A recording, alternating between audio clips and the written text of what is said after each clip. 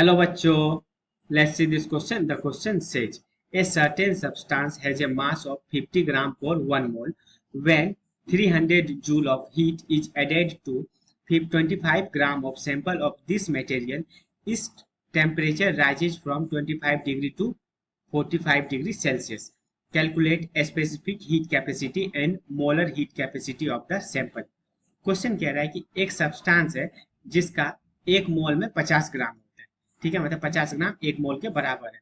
तो अब कह रहा है उस सब्सटेंस का 25 ग्राम अपने पास सैंपल है और जब हम लोग 300 जूल हीट देते हैं तो उसका टेम्परेचर 25 डिग्री से 45 डिग्री तक इंक्रीज हो जाता है। तो अब कह रहा है कि स्पेसिफिक हीट कैपेसिटी और मोलर हीट कैपेसिटी इसका क्या होगा वो बता। ठीक है, तो पहले तो इसका की कॉन्सेप्ट अपन समझते हैं। की कॉन्सेप्ट क्वेश्चन में पूछा गया है क्या, स्पेसिफिक हीट कैपेसिटी और मोलर हीट कैपेसिटी, और दिया हुआ क्या है, change in temperature, mass of sample, mole of sample और हीट। तो इस बेसिस पे जो की कॉन्सेप्ट बन के आएगा वो दो फॉर्मूला आएगा। दो फॉर्मूला किसके किसके लिए, एक स्पेसिफिक हीट कैपेसिटी के लिए, एक मोलर हीट कैपेसिटी के लिए।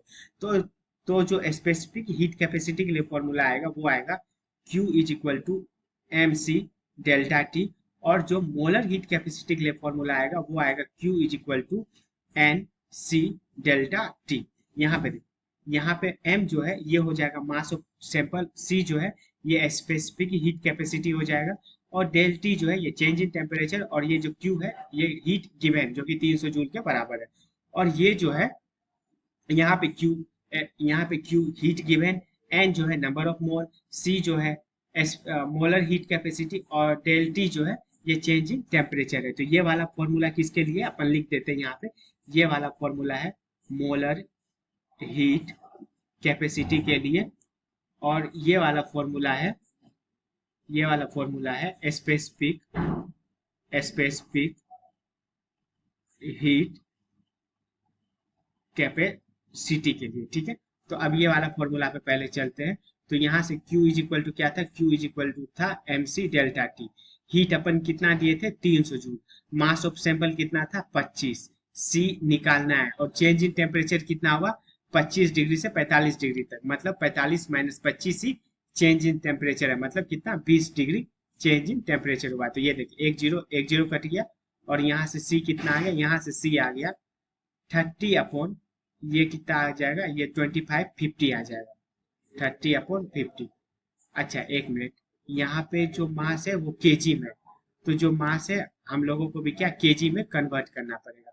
तो केजी में कन्वर्ट करने के लिए यहाँ 10 टू द पावर माइनस 3 से 25 में मल्टीप्लाई कर देंगे, तो ये हो गया।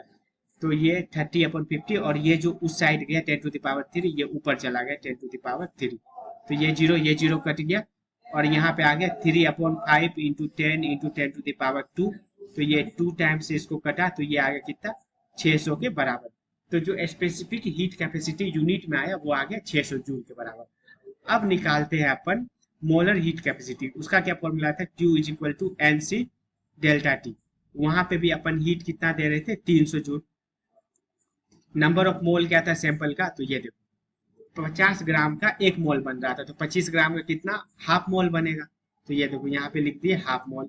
उसके बाद मोलर हीट कैपेसिटी निकालना है, और चेंज इन टेम्परेचर कितना है वो है 20 के बराबर। तो ये देखो ये इसको 10 टाइम में काट दिया, और ये इसको 30 टाइम मतलब 10 टाइम्स से यहाँ कट कर दिया।